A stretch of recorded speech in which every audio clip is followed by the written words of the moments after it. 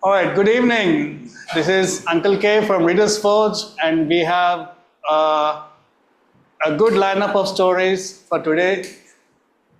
We have 5 stories, including one tandem storytelling. So we had a very good session last week, including one long musical, which I think was really appreciated by a lot of you. So thank you so much for all the good words. So anyway, we have passed the time, I think. So we'll make a start, and then we'll discuss as we go along as to what and how we have planned to do this. So the first story, no, come up. Judith is going to tell us a story. It is a folk tale from Finland called The Princess Mouse.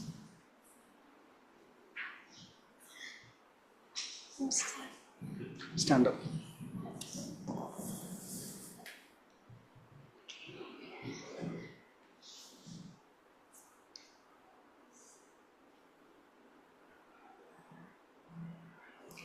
Once there was a farmer with 2 sons. One morning he said to them, "Boys, you're old enough now to marry, but in our family we have our own way to choose a bride." The younger son listened respectfully, but the older one said, "You've told us, father, we must each cut down a tree and see where it points." "That's right," said the farmer. "Then walk that way till you find a sweetheart. That's how we've done. That's how we always will." Now the older son already knew who he wanted to marry. He also knew how to cut a tree, so it fell pointing to the farm where his sweetheart lived. Now the younger son, who didn't have a sweetheart, thought he'd try his luck in the town. Well, maybe he got the tree wrong, or the tree had thoughts of its own. It fell pointing to the forest. "Good job, Miko," mocked his brother. "What sweetheart are you gonna find there? A wolf or a fox?"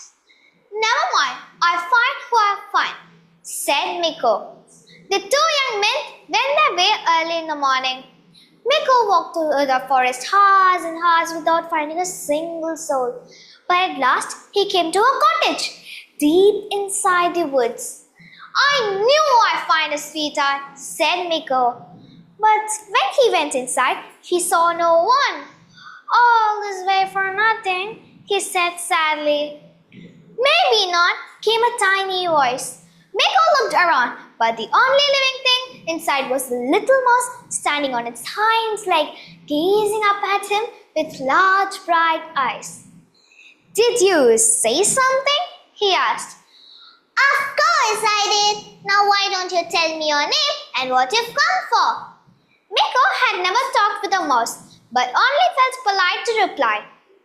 "My name is Miko, and I've come looking for a sweetheart."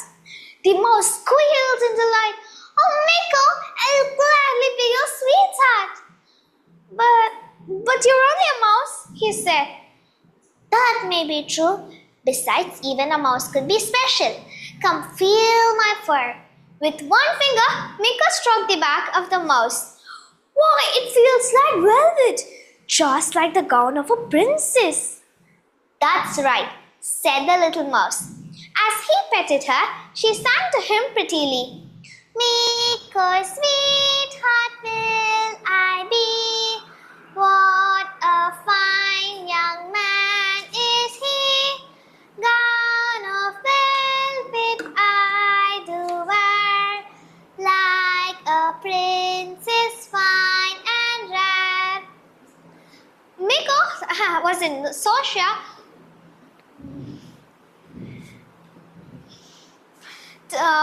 to say that the little mouse was his sweetheart. And since he'd seen no one else, he said, "All right, little mouse, you can be my sweetheart." "Oh, Miko, I promise you won't be sorry," said the little mouse. Miko wasn't so sure. When he went to his home, he saw his brother boasting about his sweetheart to his father. "Mine has rosy red cheeks with long golden hair." "Sounds good," said the farmer. "And what about yours, Miko?" he asked. Miko, did you find your sweetheart with nice fur coat? Said his brother laughing. Now Miko didn't want to admit that his sweetheart was a mouse, so he said, Mine was velvet gown like a princess. Well, Miko's tree pointed a good way too, said the farmer. Now I must test both your sweethearts. You will ask them to bake some bread and bring that to me. That's how we've done. That's how we always will, said the farmer. The two young men went their way. When Miko reached the cottage, he saw the little mouse jump up and down and clap with her tiny paws. Oh, Miko, I'm glad you're here. Is this the day of our wedding? She asked. Not yet, little mouse, Miko said glumly. Why, Miko, you look so sad. What's wrong? My father wants you to bake some bread. But you're only a mouse, he said. That may be true, but I'm also your sweetheart. Surely Miko's sweetheart could bake. But you must be tired from your walk. Why don't you rest for a while I work? That's right, said Miko, yawning. As Miko lay down on the bed in the corner, she sang to him prettily. Miko's sweetheart will I be. What a fine young man is he. Loaf of wheat bread I shall bake. I'll be done when he must bake. When the little mouse was sure that Miko was asleep, she took a sleigh bell on a cord and rang it. Out of mouse holes from the room poured hundreds of mice. They all stood before the table, gazing up at her with large bright eyes. Hurry, she said. Each of you fetch a grain of the finest wheat. The mice rushed out from the cottage before long, and back they are, each with a grain of the finest wheat. First they ground it into flour in the mill. Then they mixed the dough and formed the loaf. When the loaf rose, they cleaned the flour and dough from themselves too. Then they put the loaf in the oven and started the fire. Now off with you, she said. After the loaf smelled good and done, she called, Miko, wake up. Can you take the loaf from the oven? She said. Miko opened the oven sleepily. His eyes grew wide. He turned around and stared at the little mouse. That's right. Didn't I say you that Miko's sweetheart could bake? Miko took the loaf from the oven and went home happily. And when he went there, he saw his brother proudly presenting the loaf made by his sweetheart. The farmer cut a slice from it and tasted it. Rye bread, simple for folks like us. And then Miko presented the loaf made by the little mouse. The farmer cut a slice from it and tasted it. Wheat bread! Surely Miko has found a rich sweetheart. His brother turned red. Now I must test both your sweethearts again. You will ask them to weave some cloth and bring that to me. That's how we've done. That's how we always will. Miko went to the cottage next morning. The mice jumped up and down and clapped with their tiny paws. Oh, Miko, I'm glad you're here. Is this the day of our wedding? She asked. Not yet, little mouse, Miko said glumly. Why, Miko, you look so sad. What's wrong? My father wants you to weave some cloth. But you're only a mouse, he said. That may be true, she said. But I'm also your sweetheart. Surely Miko's sweetheart could weave. But you must be tired from your walk. Rest for a while I work. That's right, said Miko, yawning. As he lay down on the bed in the corner, she sang to him prettily. Miko's sweetheart will I be. What a fine young man is he. Cloth of linen I shall weave. I'll be done when he must leave. When the little mouse was sure that Miko was asleep, she took a sleigh bell on a cord and rang it. Out of mouse holes from the room poured hundreds of mice. They all stood before the table, gazing up at her with large bright eyes. "Hurry," she said. "Each of you fetch a stand of the finest flax." The mice rushed out from the cottage. Then 1, 2, 3. Back they are, each a stand of the finest flax. Into dark on the spinning wheel. The pedal fed the flax all around, and then some the pedals, some rocked the beater, some sailed the shuttle back and forth. At last, they cut the cloth from the loom and tucked it in a nutshell. "Now off with you," she said. And then she called, "Miko, wake up. Here's something for your father," she said. Miko took the nutshell sleepily. He didn't know why his father wants such a thing, but he said, "Thank you, little mouse." And when he went to his home, he saw his brother already presenting the cloth made by his sweetheart. The farmer looked it over and over. "Simple for folks like us." "And then, what about yours, Miko?" he asked. Miko blushed and handed him the nutshell. "Look at that!" Miko asked for a cloth, and his sweetheart gave him a nutshell, said his brother, laughing. And the farmer opened the nutshell. He peered inside. He then pinched into something. He started to pull it. Out came cloth of linen, fine beyond belief. It started coming too, yard after yard after yard. The farmer said, "There could be no better weaver than Miko's sweetheart," declared the farmer. "Now both your sweethearts will do just fine. So you'll bring them to home for the wedding." Miko went to the cottage next morning. He saw the mouse jumped up and down and clapped with her tiny paws. "Oh, Miko, I'm glad you're here. Is this the day of our wedding?" she asked. "It is, little mouse," said Miko, more glum than ever. "Why, Miko, you look so sad." "How can I bring a little mouse to home to marry? All my friends, brother, father, all my neighbors would laugh and think I'm a fool." "They might think so indeed. But what do you think, Miko?" she asked. Miko looked at the little mouse, gazing up at him with large bright eyes, and he thought how she loved and cared for him, and said, "I think you're the sweetest of any sweethearts, little mouse. Let them think whatever they like, but today you will be my bride." "Oh, Miko, you've made me the happiest mouse," she said. She took a sleigh bell and rang it. Out came a carriage pulled by 4 black rats, with a mouse coachman sitting on the front and a mouse footman sitting at the back. "Miko, aren't you going to help me get down from the stable?" she said. Miko took her from the table and set her up in the carriage. The carriage sped from the cottage. That Miko had to rush to catch up.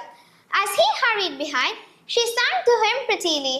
"Miko, sweetheart, will I be?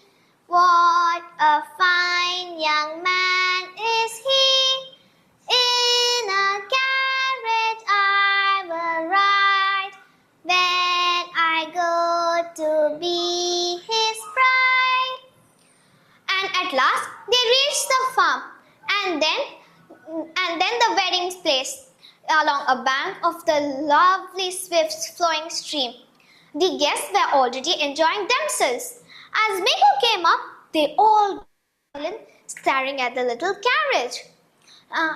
The Miko's brother stood with his bride, gaping in disbelief. As Miko and the little mouse went up to him, he said, "This is the stupidest thing I've ever saw," said Miko's brother. With one quick kick, he sent the carriage, rats, and the mice all to the flowing stream.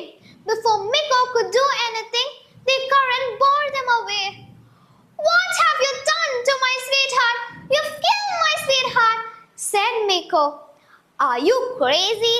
It's just a mouse," said his brother. It might be a mouse for you, but she's also my sweetheart, said Miko tearfully. Before Miko could swing at his brother, his father called out, Miko, look! The guests all were pointing the downstream, crying in wonder. As Miko turned around, to his astonishment, he saw 4 black horses pulling a carriage out with a coachman sitting on the front and a footman sitting behind. Inside was a soaked but lovely princess wearing a pearly velvet gown. And the carriage rode up from the stream and stood before Miko. Miko, aren't you going to help me get down? Said the princess. Miko stood blankly for a moment and then he asked, Are you the little mouse? He asked. Of course I was, but not anymore. A witch enchanted a spell on me that could be only broke by a brother who wanted to marry me, another who wanted to kill me. But sweetheart, I need a change of clothes. I can't be wet at a wedding, she said. The farmer couldn't hardly stop staring at the princess. And of course, Miko's brother was a bit jealous of the princess. But his bride was a bit good, so he didn't feel too bad. And the next day, the princess took Miko to the cottage. But it was cottage no longer. It was a castle with hundreds of servants. And then they built their home happily there. If Miko and the princess had any sons, you know how they choose their bride. Thank you.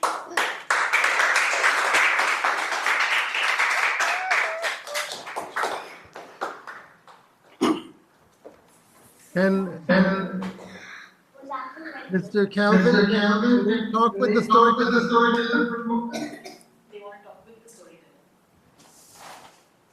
Yes. Here, Good Judith. evening. Yes, wonderful storyteller. Mr. Calvin, there's a big echo going on. Can we do anything? Oh, I think it's better now. Okay. Yeah, wonderful storytelling, wonderful acting. I want to ask you, what is your favorite thing about that story? What do you like about it?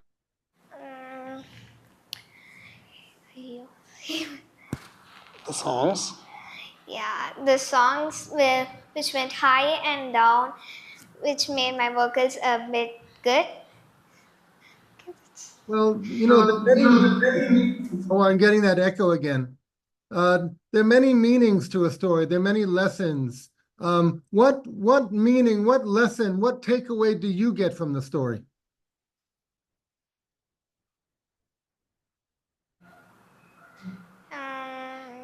What to say, like, it's like don't judge a book by its cover, because the little mouse, the Miko didn't know that the little mouse was a princess, but he agreed that she was his sweetheart. Great, thank you very much. Okay.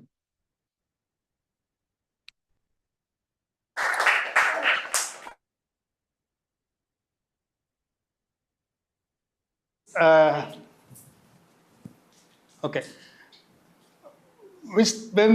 Just before Reader Sports started in July 2020, I was just playing along with kids, working on some readers theater.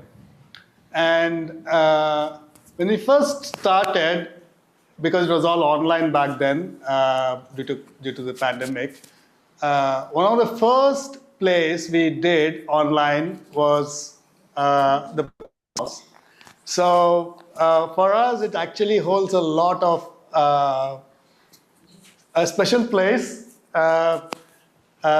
where we had about, I think, 7-8 kids. Everything was recorded and published online.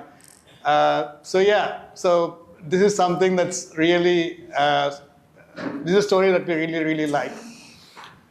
Okay. Coming up next, we have Leah, who's going to tell the story called The Empty Pot. Ready, Leah?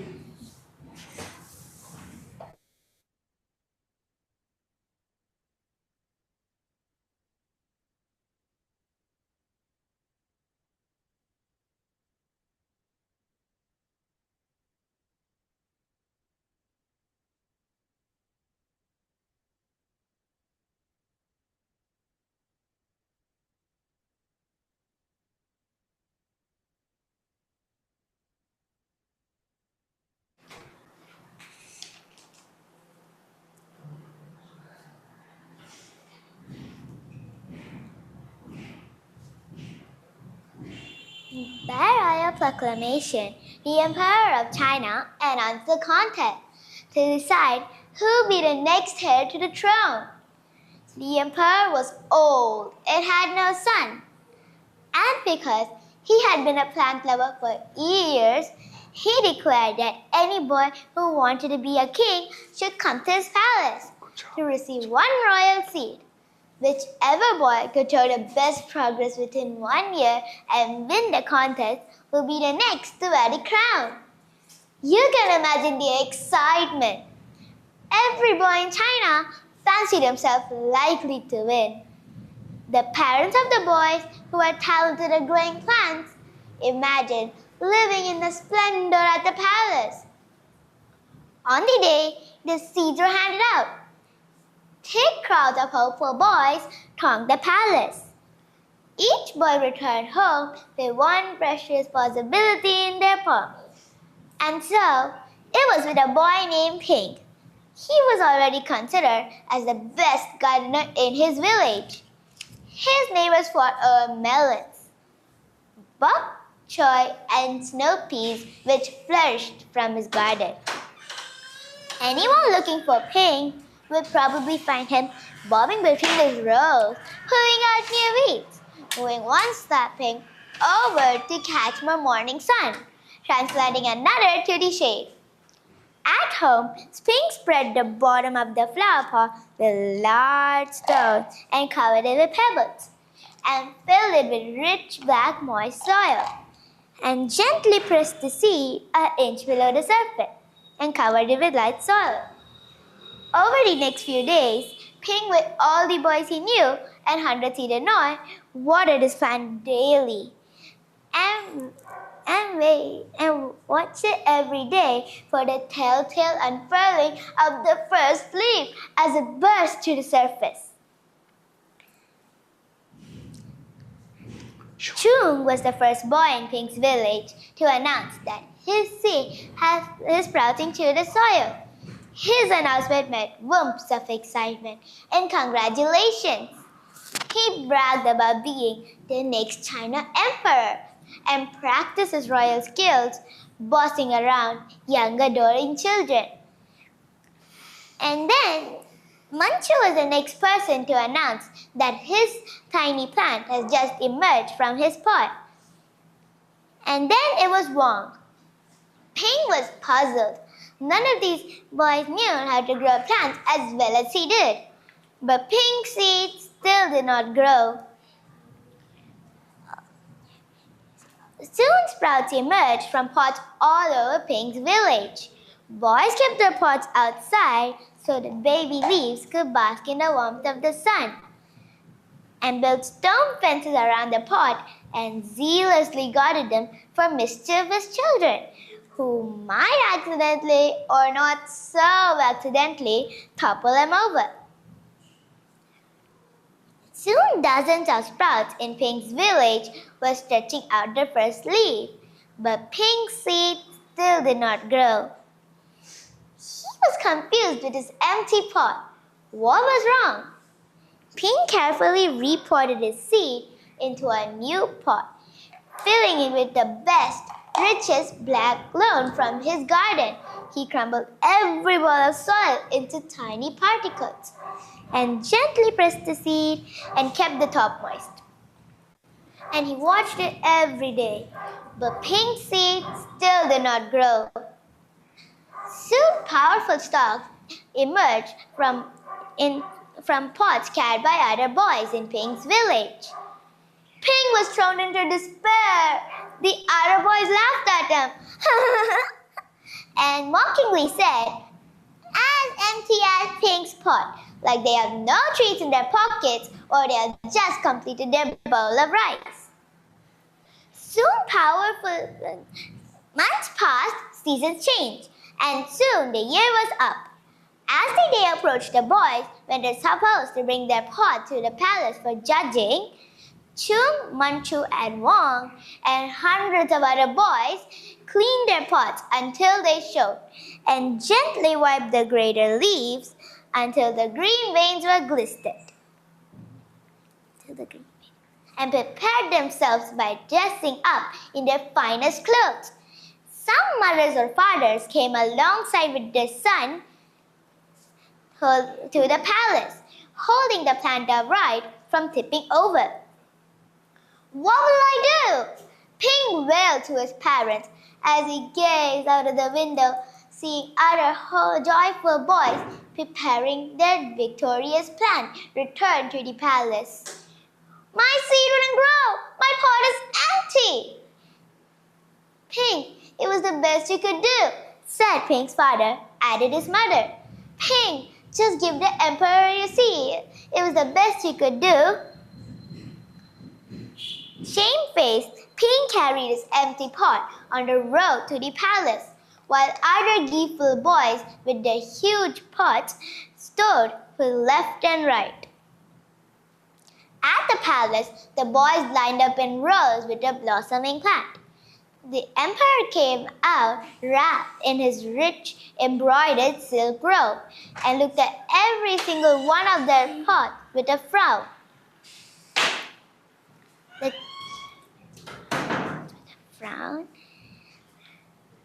And then it came to Pink. He scolded them even more and said, "What is this? You brought me an empty pot." Please, Your Majesty, it was the best I could do. I planted the seed you gave me, but my seed still didn't grow. I even planted it in the best soil, but it still didn't grow. I planted it again, but my seed still didn't grow. I'm sorry, Ping hung his head. Said the emperor, turning so everyone could hear. I wonder where these boys got their seeds from. It was totally not from me, because we held this contest because those seeds I gave you guys will not grow, because all the seeds have been cooked. And then smiled at Ping.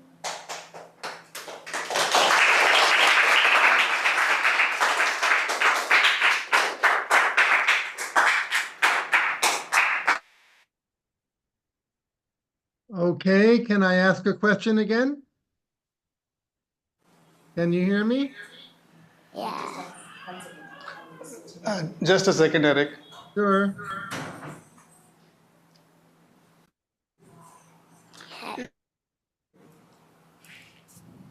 Okay. Eric, you can go ahead. Okay.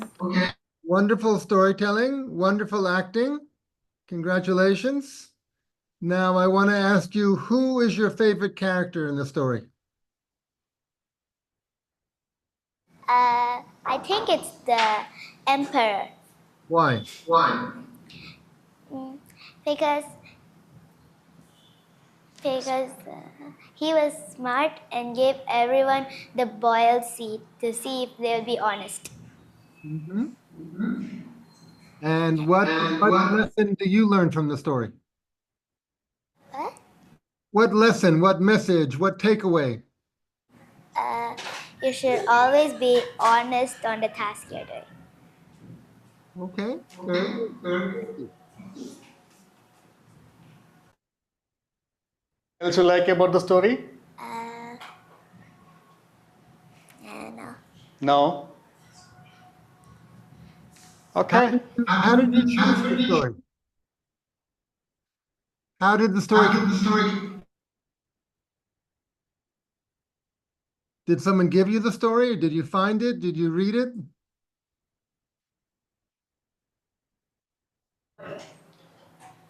Uncle K gave me the story. And then you read it. Wonderful. Okay, thank you very much.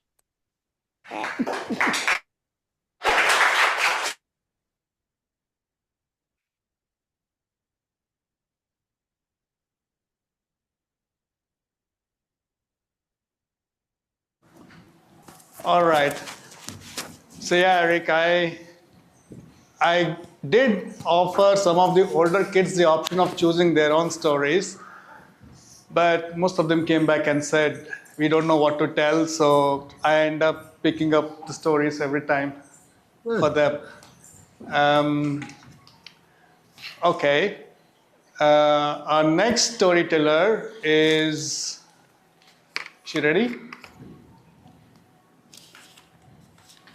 Now, this is a story which is very close to my heart. I first read this story when I was probably even younger than the storyteller is going to come now to tell this, probably about 7, 8 years old.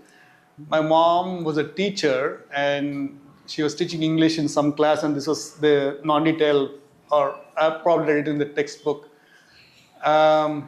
So this story has always been there in the back of my mind. So when I started telling stories, one day I thought this is a story that I should tell to the kids here, and which I did. And today we have Sana, who is going to tell us the same story. The Selfish Giant. It's a story by Oscar Wilde called The Selfish Giant.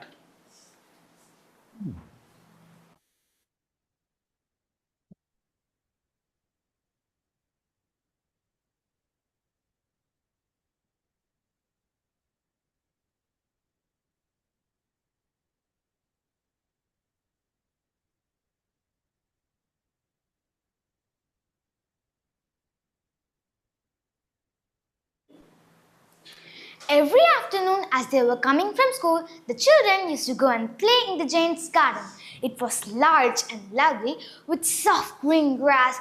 Here and there stood beautiful flowers like stars, and there were 12 peach trees that in the springtime broke out into delicate blossoms of pink and pearl, and in the autumn bore rich fruit. The birds sat on the trees and sang so sweetly that the children used to stop their games in order to listen to them. "How happy we are here," they said to each other. One day, Jane came back. He had been to visit his friend, the Cornish ogre, and had stayed with him for 7 years. After the 7 years were over, he had said all that he had to say, for his conversation was limited, and he determined to return to his own castle. When he arrived there, the children was playing in the garden. "What are you doing here?" he cried in a very gruff voice, and the children ran away. "My own garden is my own garden," said the giant. "Anyone can understand that, and I will allow nobody to play in it but myself." So he built a very high wall all around and put up a notice board. "Trespassers will be prosecuted." He is a very selfish giant. The poor children had now nowhere to play. They tried on the road, but it was very dusty and full of hard stones, and they did not like it. They used to wander around the high wall when their lessons were over. They used to talk about the beautiful garden inside. "How happy we were there," they said to each other. Then the spring came, and all over the country it was little blossoms and little birds. Only in the garden of the giant, it was still winter.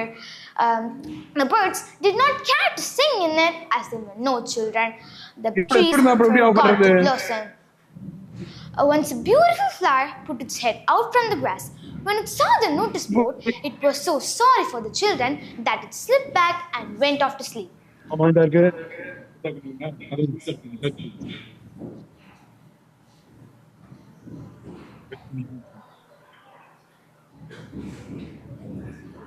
The only people who were pleased were the frost and the snow. "Spring has forgotten this garden," they cried. "So we will live all the year round." Then the snow had covered all the grass with a great white cloak, and the trees and the frost painted all the trees silver. Then they invited the north wind to stay with him, and he came. He was wrapped in furs and rode every day about the garden and blew the chimney pots down. "This is a delightful sport," he said. "We must ask the hail on a visit," and the hail came. So every day for 3 hours he rattled on the roof of the castle till he broke most of the slates, and he ran round and round around the castle till he broke as fast as he could go. He dressed in grey, and his breath was like ice. "I cannot understand why the spring is so late in coming," he said, and he sat at the window and looked off his cold white garden. "I hope there will be a change in the weather," but the spring did not come, nor the summer. The autumn gave golden fruits to every garden, but only in the garden of the giant she gave none. One day, the giant was lying awake in the bed and he heard a lovely music. It sounded so sweetly to his ears that it slipped back, that he thought it must be the king's musicians passing by. But it was so long since he had heard a bird singing in his garden. So the north wind stopped blowing. The north wind stopped dancing about his head, and the hail ceased roaring, and a delicious perfume came through him by the open casement. I believe the spring has come at last. So he jumped out of his bed and looked out. What did he see? He saw the most wonderful sight. Through a little hole on the wall, the children crept in and were sitting in the branches of the trees. In every tree that he could see, there was a little child. The trees were so glad to have the children back again. But only in one corner it was still winter. It was the farthest corner of the garden. In it was standing a little boy. He was so small that he could not reach the branches of the trees. So he was wandering and crying bitterly, and the poor tree was still covered with frost and the snow. So the tree said, "Climb up, little boy." So the tree bent its branches towards the little boy, but the boy was too tiny, and Jane's heart melted as he looked out. So he went into the garden. He thought, how selfish I have been. Now I know why the spring did not come here. So I'll put the little boy on the top of the tree, and I'll knock down all the wall, and my garden shall be the children's playground forever and ever. He was so sad for what he had done. So he crept downstairs and opened the front door quite softly. He went into the garden, and when the children saw the giant, they were so frightened that they ran away, and the winter came again. So the little boy did not see him because his eyes was full of tears, and the giant stood behind him and put him in the top of the tree, and the tree broke into white blossoms, and the birds sat and sang, and the boys stretched his hand and hugged the giant and had kissed him. And the children saw that the giant did not weep for long, so they came into the garden, and with them the spring came. "This is your garden, little children," said the giant. So he took a great axe and knocked down all the wall, and when the people were going to the market at 12 o'clock, they saw the children was playing with the giant, and it was the most beautiful garden they have ever seen. And all day long they played, and at the evening they came to the giant and to bid him goodbye. "But where is your little companion?" he said. "The boy I put on the tree." The giant loved him the most because he had kissed him. "We don't know," answered the children. "He had gone away. So you have to bring him tomorrow and come here," said the giant. But the children did not know where he lived and did not seen him before. So the giant became very sad. And every day after the school over, the children came and played with the giant. But the little boy whom the giant loved had never seen again. Then the giant was very kind to every children, yet he longed for his first little friend. He often talked about him. "How I would miss him," he used to say. Years went over. The giant became very old and feeble, and he could not play as he sat on a huge armchair and looked at the children playing and admired the garden. "I have many beautiful flowers," he said, "but the most beautiful flowers were the children." So one winter morning, he looked out as he was dressing. He did not hate the winter now, as he knew it was merely the spring asleep and the flowers were resting. Suddenly he rubbed his eyes and looked and looked. What? It was certainly a marvelous sight. It was the farthest corner of the garden, covered with white blossoms. In it, standing a little boy whom the giant loved. So the giant crept downstairs and went into the garden. When he came close to him, he was so angry and he said, "Who had dared to wound you?" For on the palms of the child's hands, it was the prints of two nails. And the prints of two nails were on the little feet. So who had ordered this? Who had dared to wound this? So tell me, I'll take my big sword and slay him. Who are you? asked the giant. And a strange awe fell on him, and the giant knelt before before the child. And the child smiled at him and said, "You let me to play in your garden at once. Today you shall come to my garden, which is paradise." And at the evening, the children came to the giant.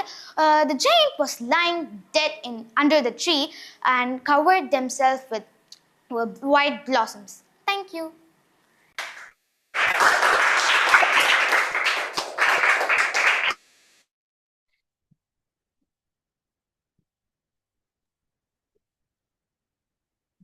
Mr. Kalyan, can I ask a question?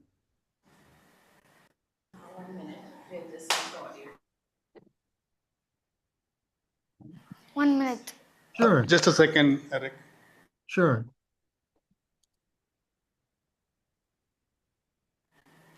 Yes, Eric, go ahead. Okay, well, who was your favorite character in the story? The little boy. Why? Because he. You can answer in Tamil if you're comfortable with that.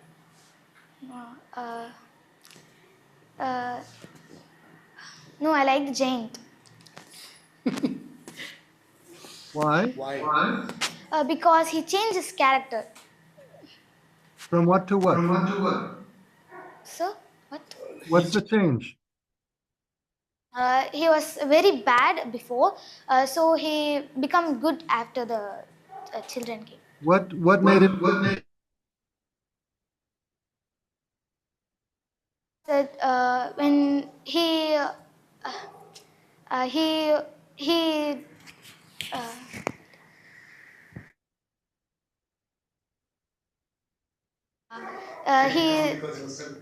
yeah realized that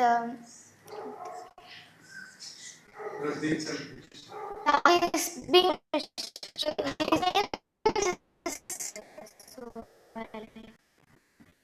Okay. What message do you get from the story? What lesson? What takeaway? we have to be kind to everyone. Okay. Thank you.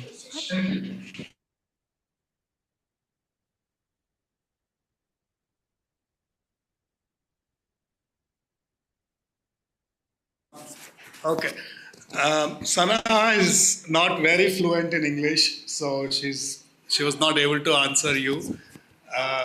So one of the things that we try doing here is to help them get better, because English is a second language for all of us.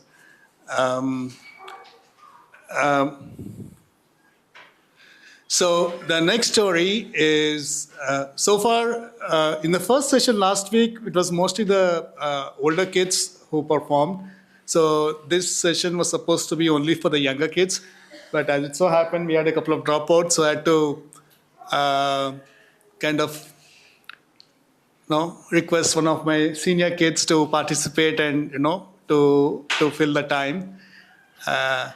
So coming up is the story of Shivaji and the milkmaid.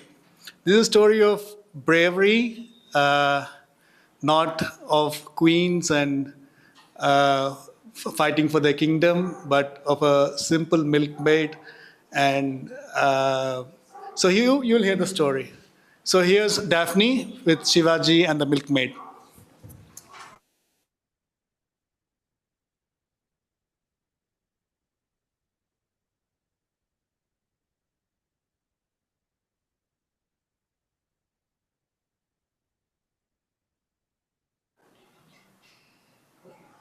Ready? In India's history, there are many women known for their bravery and heroism. Rani Padmini, Rani Lakshmi Bai, Rani Chennamma, Rani Rudrama Devi, and many, many more. Most of the stories we know are of queens who ruled their land and protected their people from foreign invaders. But brave women were not just limited to the royal lineage. Today, I am going to tell you one such story of a brave mother, a milkmaid, whose courage and resolve was deeply admired by the great Shivaji himself. This story is not of her bravery, fighting off tigers or waging wars with the enemy. But it is a simple reminder of a mother's extraordinary love for her child, something most of us tend to take for granted today. In Maharashtra is located a famous fort, which was once the capital city for the great Maratha. This fort is called Raigad. It was here that the Maratha ruler Shivaji's coronation took place in 1674. In those days, the fort was surrounded on 3 sides by massive walls. On the 4th side was the steep slope of the hill. The sheer vertical drop of the hill was considered impossible for any human to climb. So it was left unprotected. The only way to enter the fort was to pass through the Mahadarwaza, a huge door with 2 equally huge towers on both sides of the door. As per the orders of Shivaji Maharaj, every day at sunset, the Mavlas or soldiers closed the gates, then reopened them only the next morning. Under no circumstances was the gate to be opened once it was shut at sunset. Now, at the base of the hill were 2 villages. These villages were the main source of daily necessities like groceries that people living inside the fort needed. So every morning, the villagers would gather together, trek up the hill, and come up to the fort. They would then wait patiently for the Mahadarwaza to open and then make their way through the fort to the bazaars to sell their goods. Once they had sold their goods, they would then rush back to make sure that they were out of the fort before dusk. In one of these villages lived a poor milkmaid called Heer. Every morning, Heer would milk the cows she owned and collected the milk in a big pot. She would then feed her little baby and join the rest of the villagers. Once the gates had opened, Heer would make her way through the fort, selling her fresh milk. Once she had finished, she would make her way back home, usually well before the Mahadarwaza closed in the evening. But one day, just as she was getting ready to go, her baby began to cry. He took the child in her arms, rocking the baby, singing a sweet lullaby in the gentlest of tones. But for some reason, the child would not stop crying.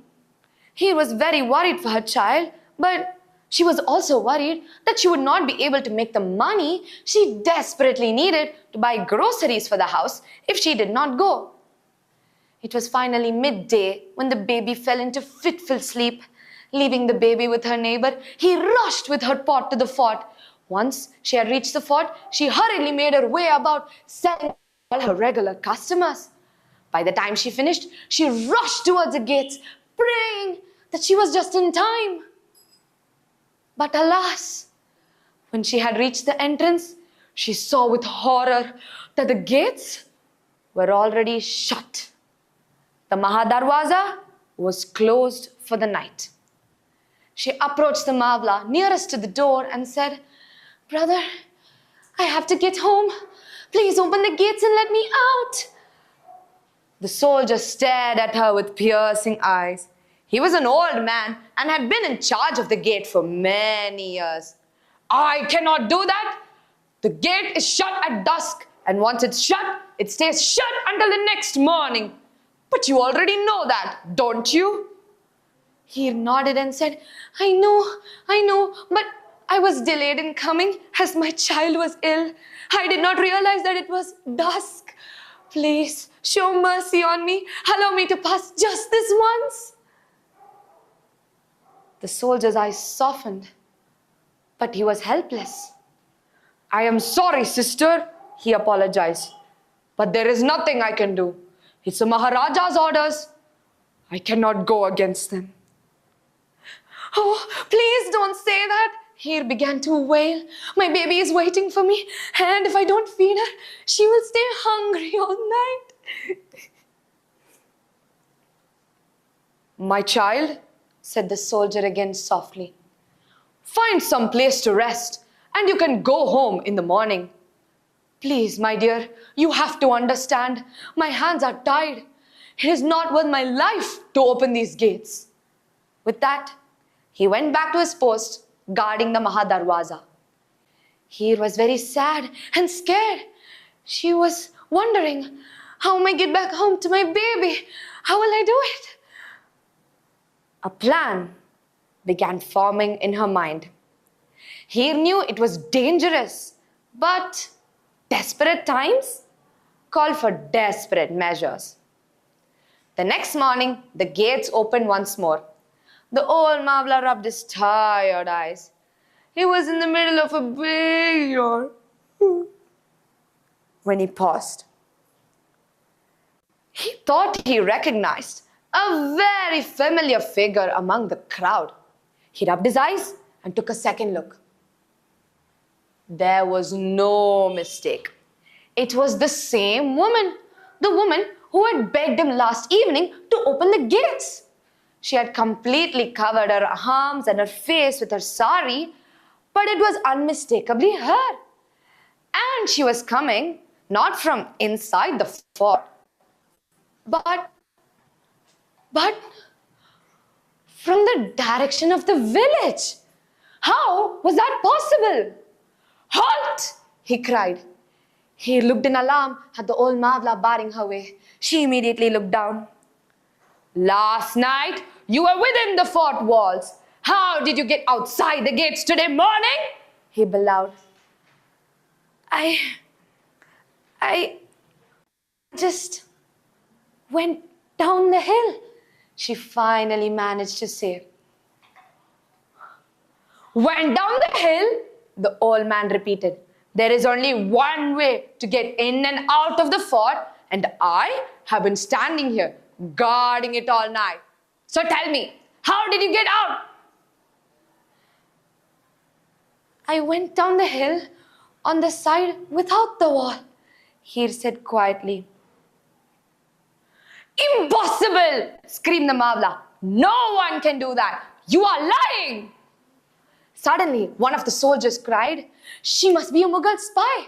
Surely she has found a secret passage to leave the fort. Another cried, let's take her to the Maharaj. If there is a secret passage, then the king must know, because then the fort is in danger. He tried to convince the people around her. No, I am telling the truth. Please, you have to believe me. I am not a spy. But the guards began moving her towards the king's palace. Shivaji heard the commotion and sent one of his ministers to enquire. A few moments later, the minister came back, accompanied by the old Mavla.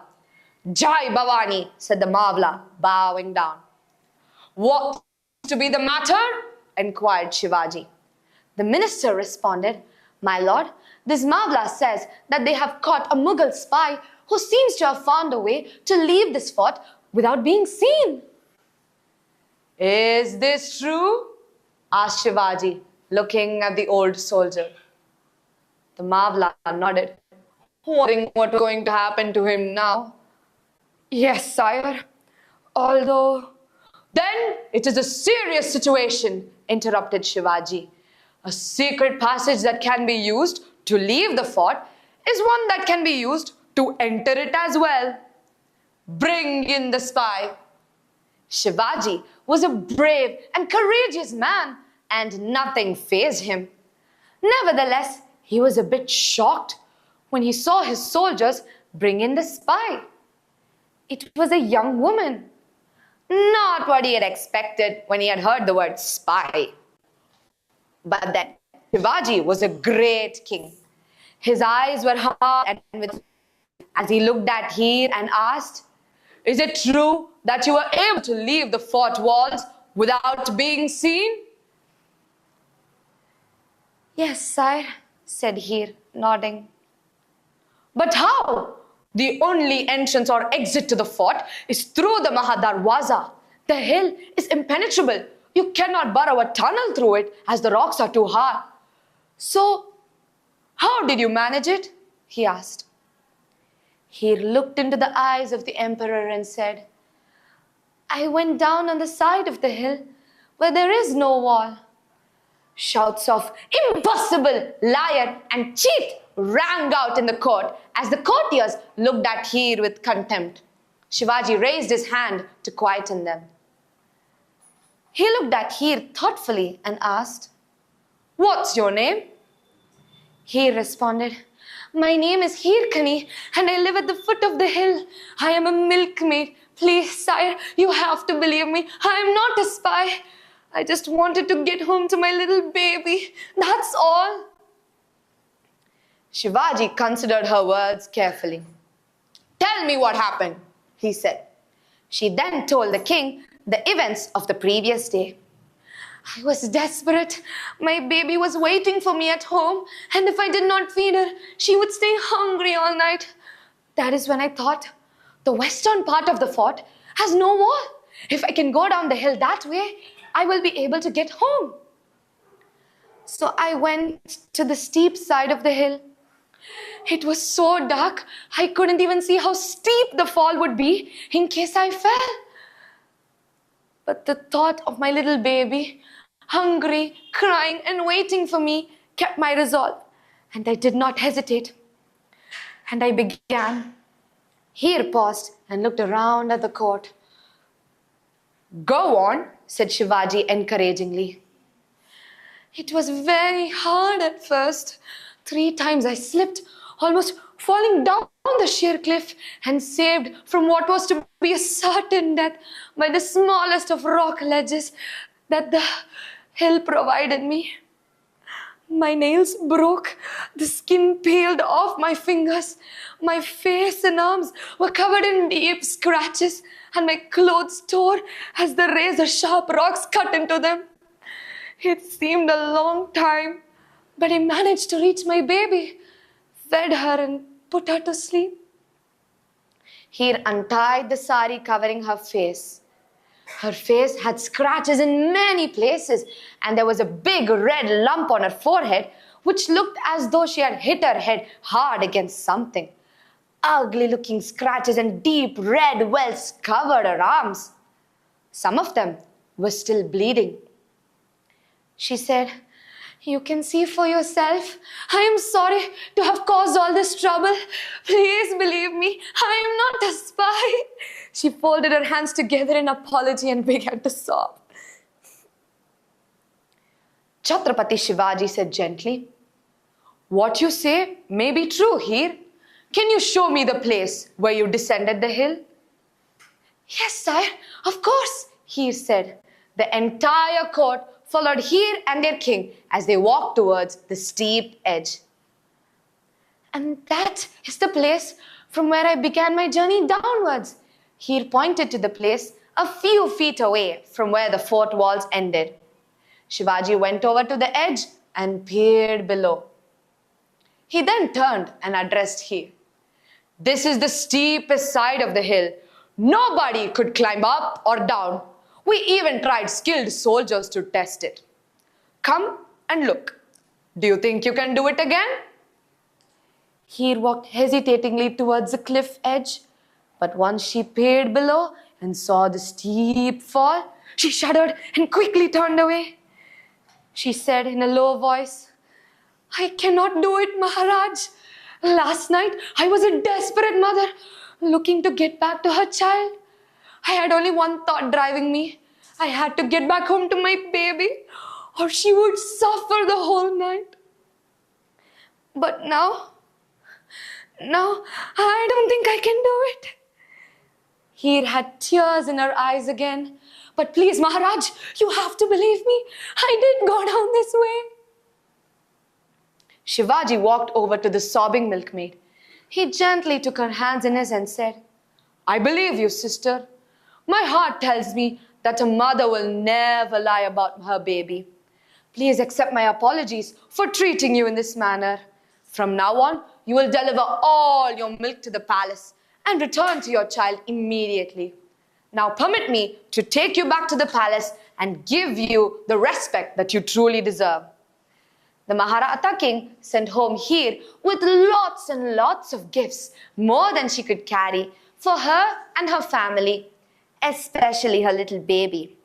And after this incident, a huge wall was built on the fourth side of the hill with the watchtower to keep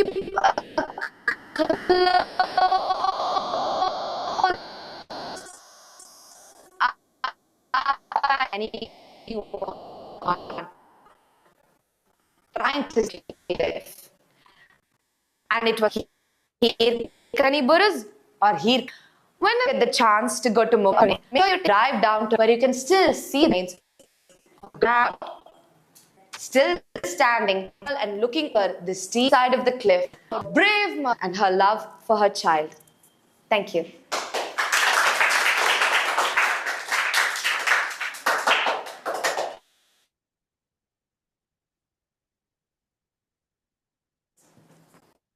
Mr. Kalyan? Yes, Eric, please go ahead. Yes, okay, wonderful telling, wonderful acting, congratulations. If that milkmaid was here today, what would you say to her? I would definitely admire her and respect her because she is a mother and mothers can do anything for their children when they are in times of distress. So I would definitely look up to her just as a person. Pretend that I am her. What would you say to me? I'm the milkmaid. I feel very honored that you are, and I admire and appreciate everything that you have done, especially for your little child. It shows how much a mother can do for her baby when she needs to. So, Okay, thank you. Now pretend I'm the king. What would you say to the king? I would honor Shivaji as well No, because I'm the king. What would you say to me? Okay, Your Majesty, you are a man of great wisdom because you understood the milkmaid's perspective on things and did not just believe the gods. You understood her, you sympathized with her, and then you respected her by sending her home with gifts and honoring her. So you are a very great man, sir. Thank you very much. Thank you. Okay.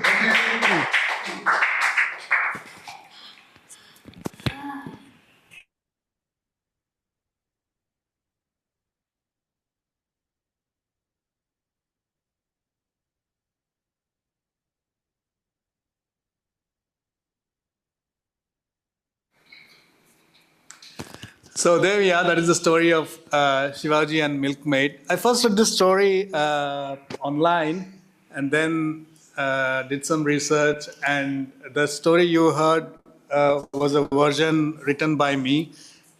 You can see that by the way it was dramatized. But this is a story which I really like. We grew up listening to stories of queens and fighting for freedom and for the people, but it's the common man, the common woman who show extraordinary bravery in their day-to-day life. I think those are the stories which most of us should know and should learn. There's so much to learn from all of us, from those stories. Okay, so we are now down to the last story of our session. It's a tandem story told by twins Ishan and Veena. The story is called, it's a German folktale from part of the Grimm story, Brothers Grimm stories. It's called One Eye, Two Eye, Three Eyes. So here we have Ishan and Veena who are going to tell us the story. Are you guys ready?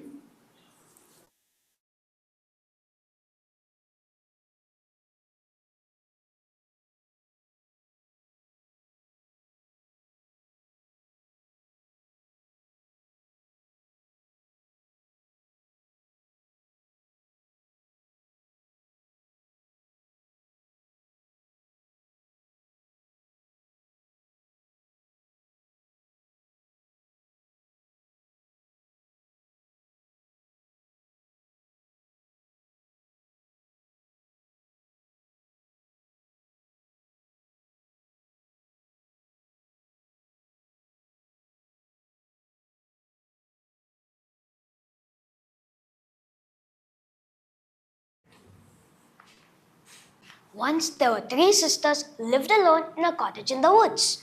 They had been there as long as they could remember, and they never saw anyone else. Now, the older sister was no different from other people. Her name was One Eye, and she just had one eye right in the middle of her forehead. The middle sister was also quite ordinary. Her name was Three Eyes. She had one eye in the middle of her forehead and one on each side of her face. But the younger sister was different. Her name was Two Eyes, and that's just what she had. Because Two Eyes was different from other people, her older sisters were ashamed of her and they picked on her all the time. And they dressed her in ragged hand-me-downs. And they only let her eat leftovers. Yuck! Now, the sisters owned a goat. Meh, meh. And every day, Two Eyes would take it to the meadow to graze. One morning, when Two Eyes had hardly anything to eat, she sat on a big rock and cried her Two Eyes out. All at once, an old woman stood before her. But the biggest surprise was that this woman had two eyes, just like Two Eyes herself. The old woman asked, "What's wrong, my dear?" "It's my sisters. They never gave me enough to eat." "Don't worry about that. You can have as much as you want. Just say to your goat, 'Bleat, goat, bleat, and bring me lots to eat. Bleat, goat, bleat, and bring me lots to eat.' Then you have plenty. When you don't want any more, just say, 'Bleat, goat, bleat, I had so much to eat. Bleat, goat, bleat, I had so much to eat.' And the rest will vanish, just like this. The old woman vanished, just like that. Two Eyes couldn't wait to try the old woman's rhyme, so she said to the goat, 'Bleat, goat, bleat, and bring me lots to eat. Bleat, goat, bleat, and bring me lots to eat.' The goat bleated, 'Meh, meh.' A little table and a chair appeared. The table was set with a tablecloth, plates, and silverware, and dishes of wonderful smelling food. Two Eyes sat down and started hungrily. Everything tasted delicious. When she ate her fill, Two Eyes told to the goat, 'Bleat, goat, bleat, I've had so much to eat. Bleat, goat, bleat, I've had so much to eat.' The goat bleated, 'Meh, meh,' and the table vanished. And that's better than cleaning up. Meh, meh. When Two Eyes got home, she didn't touch her bowl of leftovers. Her sisters didn't notice till she'd gone off to bed. Then Three Eyes said, 'Look, our little sister didn't eat anything.' One Eye said, 'That's strange. Is someone else giving her food? I'll go tomorrow and watch her.' So the next morning, when Two Eyes started out, One Eye said, 'I'm along to make sure you tend the goat properly.'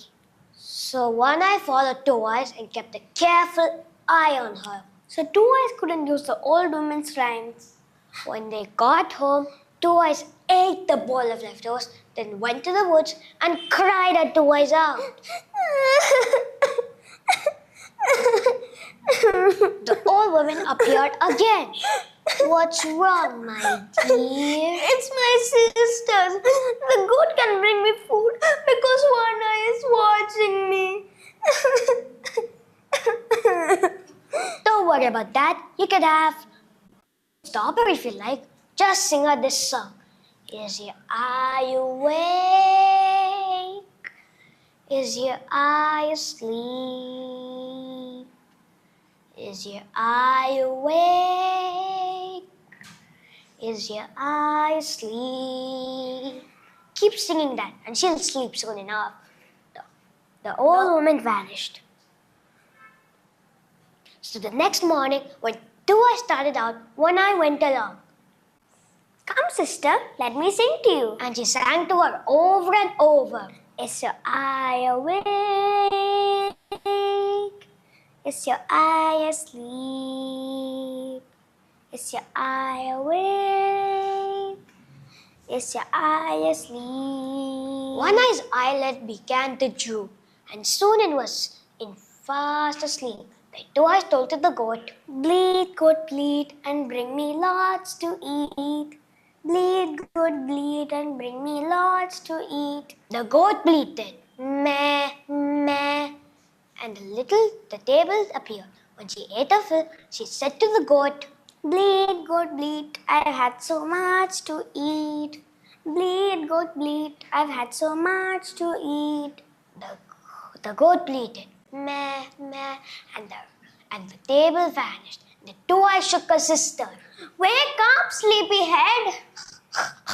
When I got home, three eyes asked, what happened?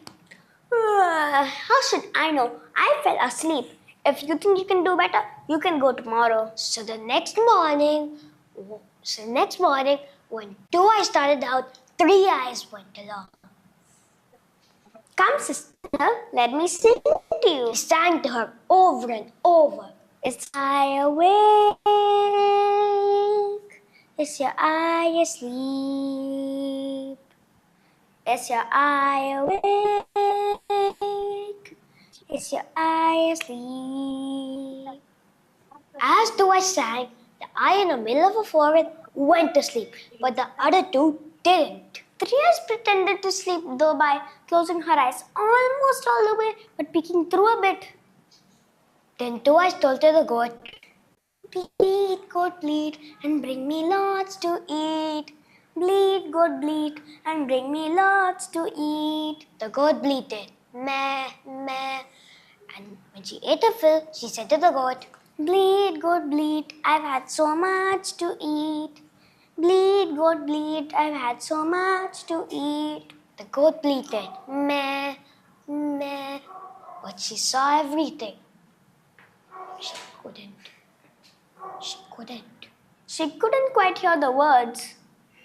When they got home, one eye asked, what happened? Our little sister knows the charm to make the goat bring wonderful food.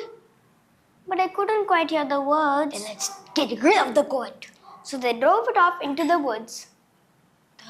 The next morning, one eye told two eyes, you thought you'd eat better than your sisters, did you? Well, the goat's gone, so that's that.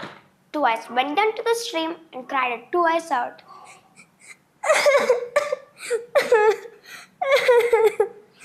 The old woman appeared again. What's wrong, my dear? It's my sisters. The song didn't work on three eyes, so she saw everything and they chased the goat away. Silly girl, that charm was only for one eye. For three eyes, she shouldn't have sung, are your eyes awake? Are your eyes asleep? But don't worry about that. Here, take the seed and plant it in front of your cottage.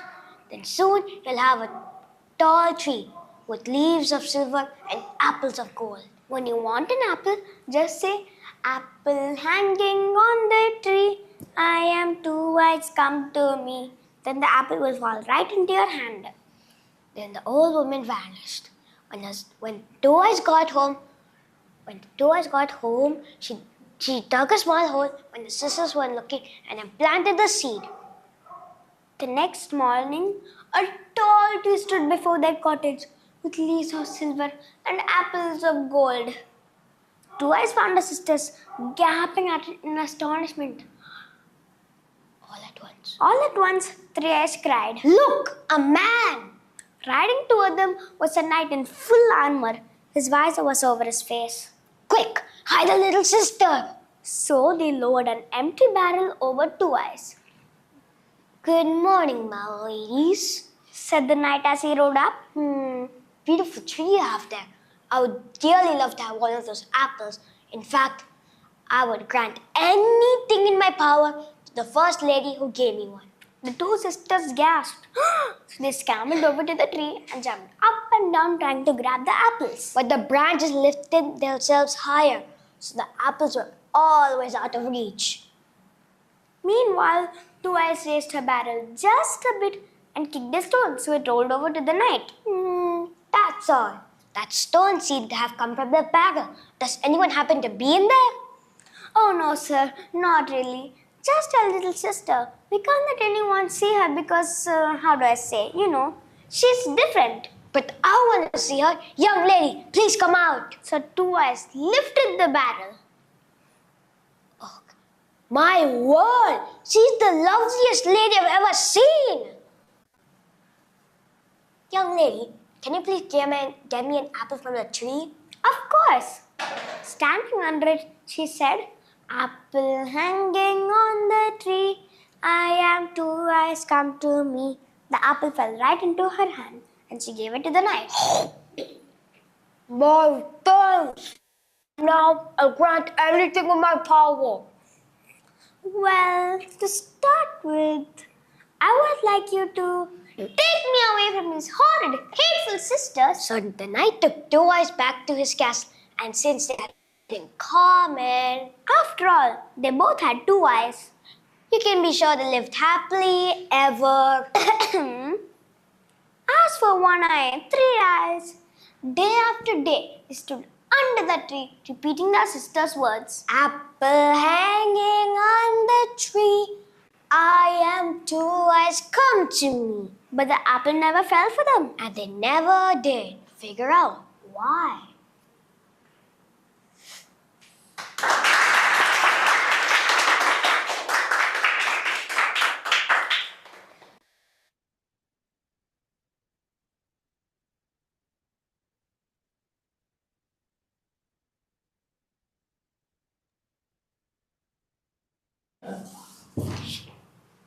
It's okay.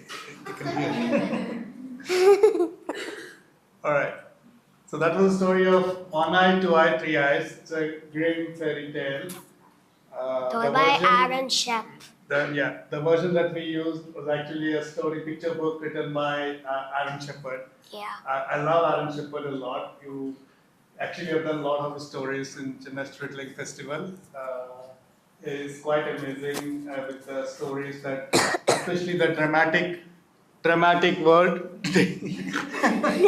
especially the dramatic versions of the stories that he does. He's quite amazing. So, what do you like about the story? Like when the Two Eyes got food and she didn't have to eat the bowl of leftovers. I also like the part when the knight took her back to the castle so she can have a peaceful life. Wow. Okay. Yeah, But the sisters. your acting was very natural. What? Even with the singing, it was very natural. It was very good. Just one thing to note. Was it difficult coordinating between the two of you? Was it difficult to did you have to rehearse a lot to coordinate who was going to talk and who was going to listen and all that? Yes, but we fight a lot, but not really. Yeah, they did fight a lot. One thing to note, Eric, is in the last session and this session, I did not coach any of them. All the actions, expressions, voices, it's all their own thing. They came up with their own stuff, and I only gave them the stories, And my only feedback to most of them was, be clear, be loud. Beyond that, I did not give them any guidance as to what I want them to do. So most of the things that they have done in the last session as well as this session, it's all there. The three monologue rules and story loudly, clearly. As to these two, yeah, they're like I said, twins, and as siblings, they naturally fight a lot. So No, but did they fight a lot. they also understand each other. They do understand each other a lot, yes. And they understand how to cooperate with each other. I know that. Yeah, each of them has to be bribed differently to do what they want, what we want them to do. These actually are my kids.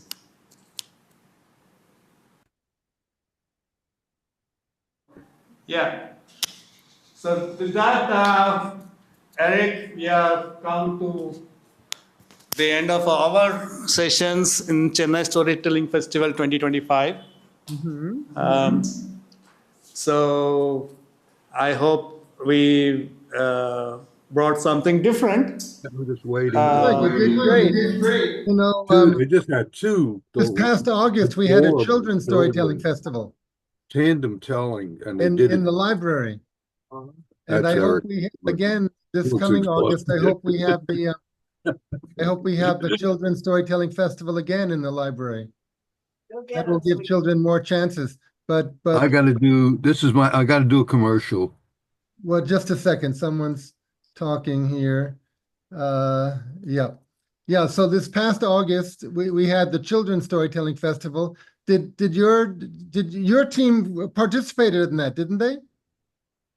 We were supposed to perform our musical, but we had logistical in terms of coordination, so we had to eventually we gave up. We didn't do it last year.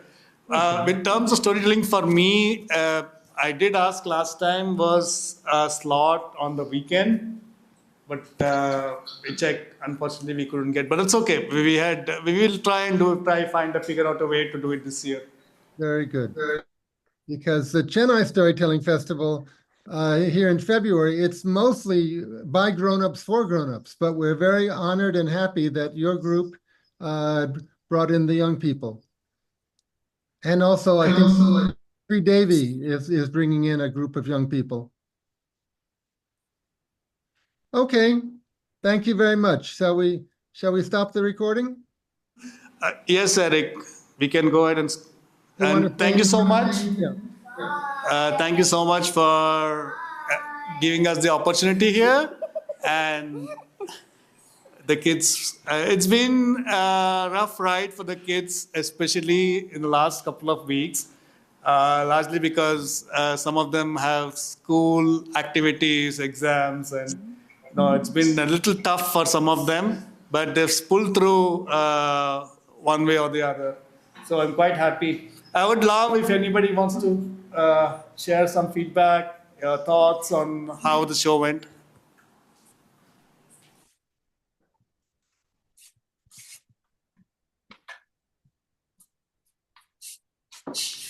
Any thoughts on the stories?